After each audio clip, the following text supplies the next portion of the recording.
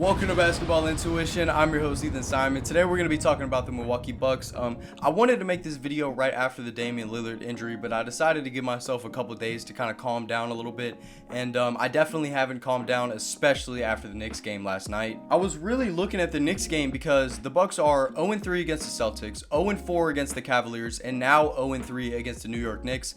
That was our last chance against a top 3 team to show that, you know, they can compete, and that didn't happen at all. The Knicks had no Jalen Brunson last night. Obviously, the Bucks don't have Damian Lillard. We're going to get to that later. But I think the best place for us to start is just going to be some playoff matchups, and we're just going to be able to get into conversations from there. If you're not aware, Damian Lillard is out for the season with deep vein thrombosis in his calf. I'm not sure if I even said that right, but it's a blood clot, basically. We're going to start with the Knicks, like I said. Stick with me here. We're going to go through a few playoff matchups. The Knicks were 0-3 against the Knicks this season. I mean, they are 0-3 against the Knicks this season. And there was no Jalen Brunson. In the Damian Lillard era in Milwaukee, I want you to guess how many points Jalen Brunson is averaging against the Bucks. In 7 games, Jalen Brunson is averaging 35 points against the Milwaukee Bucks. Still weren't able to get it done last night. OG Anunoby and Mikal Bridges were just lighting it up. And like I said, I was really eyeing this Knicks game because I was like, no Jalen Brunson. If we can't beat the Knicks without Jalen Brunson, there's absolutely no chance that we're going to beat them in a playoff series. And then the next team that we'd have to beat come playoff time is the Boston Celtics.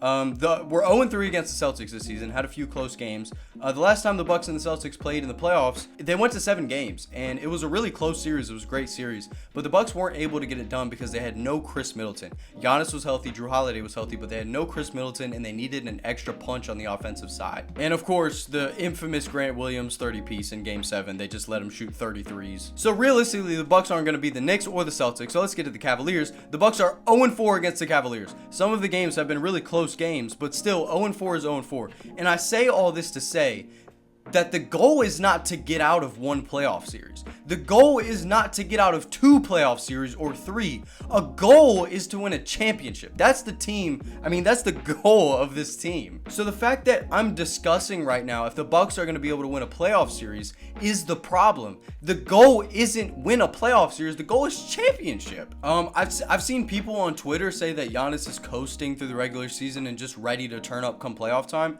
I'm not sure if you know how basketball works, but it doesn't just work like that. Like, you can't just decide, okay, playoffs are starting, I'm gonna average 40, 12, and 8. That's what Giannis would have to do for the Bucks to win a playoff series, and that's not going to happen. And I'm not saying that Giannis is the problem. Giannis is far than what the problem is, but I'm saying that he don't have no help. Kyle Kuzma can't be a number 2 on a championship team. I was really excited about Kyle Kuzma after the trade went through. I made a Bucks video. This Bucks team is completely different. And Kyle Kuzma was actually looking good. Since Damian Lillard has been out, him and Kevin Porter Jr. are shooting the exact same 3-point percentage. I'm going to give you a second to guess what that is.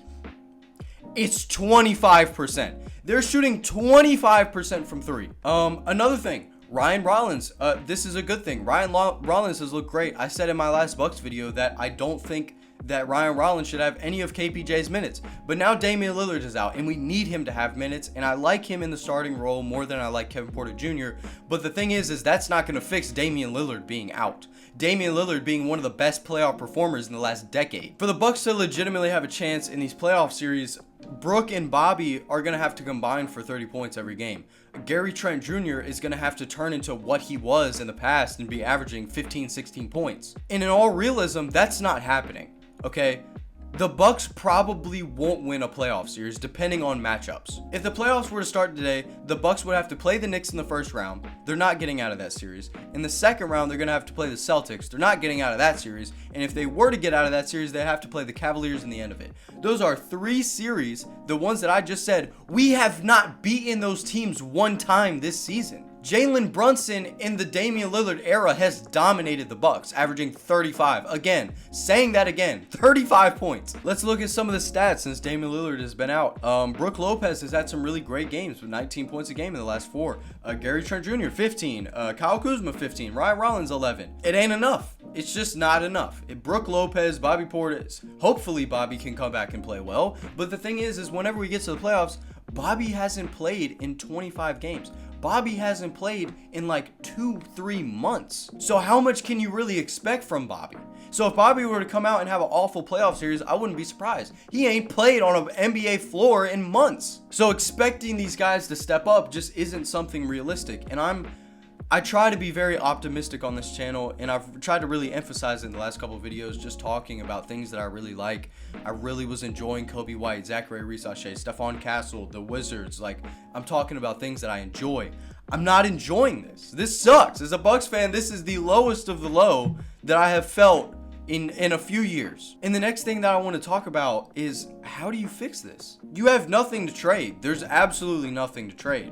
Who's under contract? Let's take a look, see who's under contract. Next season, the Bucks have Dame, Giannis, Kuzma, Bobby Portis player option, Pat Connaughton player option, AJ Green, Andre Jackson, Chris Livingston, Tyler Smith, and Kevin Porter Jr. on a player option as well. You're not going to trade Kyle Kuzma. You can't trade Bobby. If he signs the player option for $13 million, you got to keep him because he can probably make some more somewhere else. Andre Jackson doesn't have a lot of value. We kind of need him as well. He was a great pick. And then the other two is just Chris Livingston and Tyler Smith.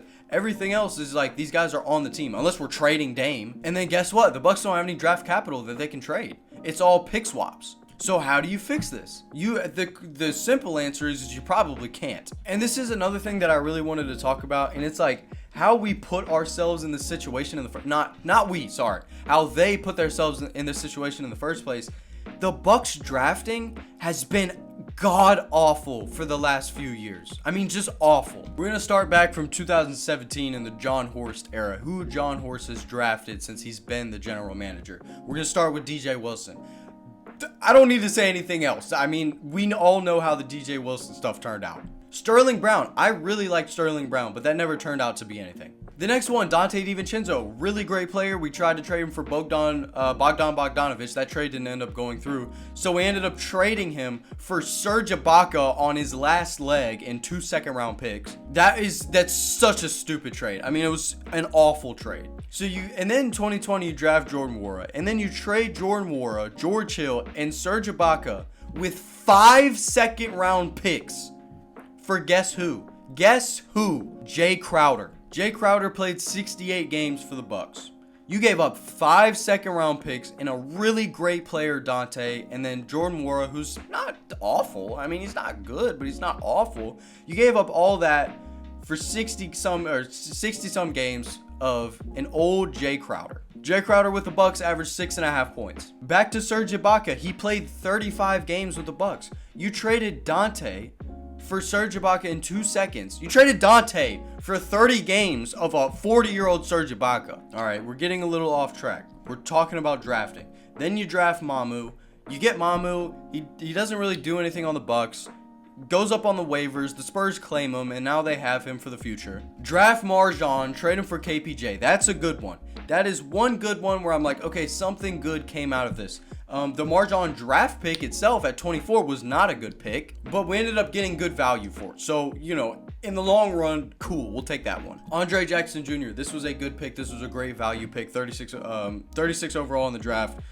We're cool with that. Chris Livingston, 58th. We're cool with that. Chris Livingston doesn't play, but when he does play, I like it, but he doesn't play. And then AJ Johnson. You draft AJ Johnson and you stick him in a Chris Middleton trade. The guy with the most amount of potential on the roster. You throw him away, and now he's getting minutes on the Wizards and putting up highlights. He's not going to be good for a few years. Not going to be a real contributing NBA player for a few years. But in the future, he definitely could be. And my problem with the AJ Johnson pick is the people that we didn't take. Whenever we were drafting, I remember what I was doing. I was standing up, filming game. This is when I was working for the Sportsplex still. I was filming this game. I got the draft on in my pocket. I'm looking at him, waiting for the Bucks to take their pick. I'm like, Ryan Dunn. I'm like, what other answer is there other than Ryan Dunn? Who else could we possibly take other than Ryan Dunn? A guy that can come in and actually contribute to the team, play great defense, and do something for the team. Nope. Take AJ Johnson, a guy who won't be able to play real minutes for 2 to 3 years. At the least, he very well could be out of the league before he ever does anything. So the recent trades have been bad. Other than the Jrue Holiday trade, which was a great trade, and the Damian Lillard trade, which again, okay, we'll talk about that later, but it was at the time it was a great trade. And then all these other ones that I just mentioned, the Chris Middleton trade for Kyle Kuzma, Chris was really the last piece that you had that you were willing to give up to actually get somebody in return that could play and be valuable for the team. Kyle Kuzma doesn't even look like he's playing basketball half the time. Which game was that? Was that the Nuggets game? The Suns game, I think. Dude, when I was watching Kyle Kuzma play against the Suns, I don't know if I had ever seen some of the moves that I seen him doing. So back to what I was talking about before I got to all this drafting stuff is, how do you fix this? The answer is you can't. You haven't drafted well. You don't have any pieces to move. You have no draft picks. So what is there to move? Brook Lopez will hopefully retire a Buck. I mean, that would be the hope. He takes a smaller contract. We keep him on the team. He is very valuable, incredible interior defender, good three-point shooter. I mean, we need him on this team. And just to mention, one of those 5 second-round picks that we traded for Jay Crowder, by the way, turned into Quentin Post. If the Bucks had Quentin Post right now, I would be just ecstatic. And I'm not saying the Bucks wouldn't even have taken Quentin Post. They probably wouldn't have. And I'm not even saying that he'd be playing good for the Bucks, or if he'd be playing at all for the Bucks.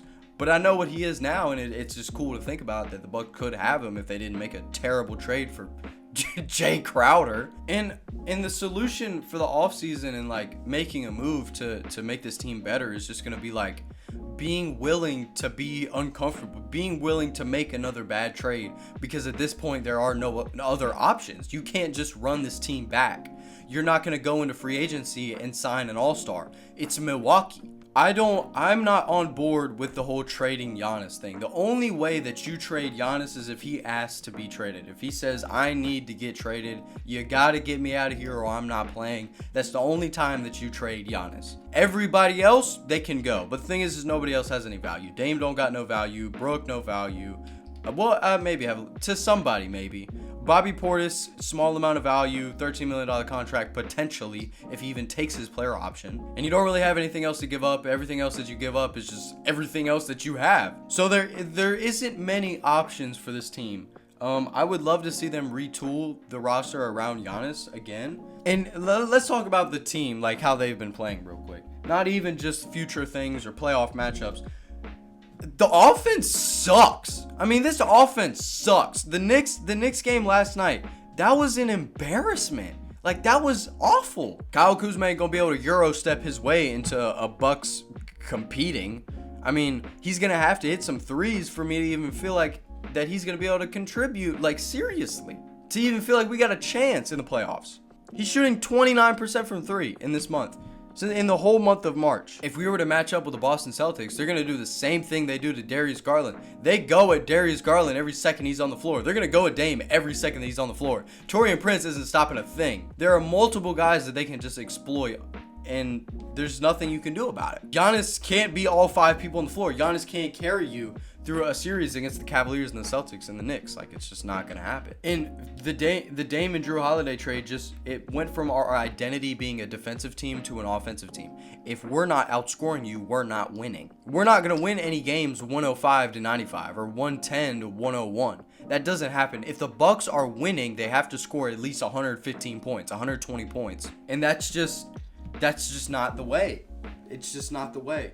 And how the Eastern Conference is now, even better than it was before, that's not the way. You're not going to be able to outscore your way against these other elite teams. The Cavaliers are shooting historically well from 3. The Boston Celtics historically shoot 3-point shooting team. Like, it's insane. Injuries have just killed this team. I mean, Chris Middleton, those stupid ankle injuries, freaking Kevin Durant being in his landing space, that really just, like, that was the nail in the coffin for trading Chris Middleton. After that trade happened and he couldn't be available, I hate to say it, but Kevin Durant really just ruined Chris Middleton's career. Like, he just ended Chris Middleton's career. I love KD. It's not a shot at KD. Like, I love Kevin Durant. He's one of my favorite players of all time. But truthfully speaking, I mean, even if it was somebody else, that injury ruined Chris's career in a Bucks uniform. And if Chris was able to stay healthy through all of this, who knows what would have happened. I mean, the Bucks have gone through awful injuries. Giannis being out, Chris being out, like, just back and forth. Dame being out now. Like, it's just constant injuries for the Bucks. On the Bucks subreddit, this is the first question on the thread of the Knicks game. Given the expectations, have we ever had a more disappointing 3-year stretch than the last 3 years? Emphasize given the expectations. Obviously, back when the Bucks were really bad, those were really awful years. But given the expectations of being a championship competing team, absolutely. These last 3 years have been brutal. Just absolutely brutal. Doc Rivers, not going to make him a scapegoat because I just blamed everybody else. But hey, Doc Rivers, you're not helping nothing. Saying that you don't get enough credit for being up 3-1 in a series and blowing the lead anyways. I mean, like, we can't be serious. Like, you can't be serious. I mean, like, whenever you had the 8 seed and took him up 3-1, yeah, cool. Every other time, no, absolutely not. You don't get any credit for being up 3-1 and blowing a 3-1 lead. No, Doc. And why did we sign Doc to a real contract? Like a multi-year contract. Doc Rivers? We signed Doc Rivers off the ESPN broadcasting crew, and we expected him to come in here and be a real head coach and like actually affect this team and change something? That's dumb. We need a new coach. We need something new. I don't even think Taylor Jenkins is going to be the solution. Taylor Jenkins got fired for a reason. Again, Doc isn't the main problem, but he ain't helping. We're done talking about the Bucks. I can't talk about the Bucks anymore. I mean, yeah, I could. I could talk about the Bucks for a long time, but I don't need to talk about the Bucks any longer. A comment of the day from Patrick, my brother. Love the video. I was wondering if you see a future for Miles Bridges, Melo, and the Hornets. The only future I see with Miles Bridges is his rapping career, 27 days, 27 nights, if you know, you know. No, on a real note though, Miles Bridges is actually hooping this season. He hasn't played very good recently, but definitely hooping throughout the season. And LaMelo Ball, I think they just announced that he's out for the season with an injury. I don't really know what to say about the Hornets. I was thinking about making a Hornets video, but then I was like, man, like, I don't even know what the Hornets are doing right now. I've seen rumors of them talking about trading LaMelo Ball and building around Brandon Miller and whoever they get in the draft. Like, I don't even know what the Hornets' direction is. Miles Bridges definitely is not a part of the core.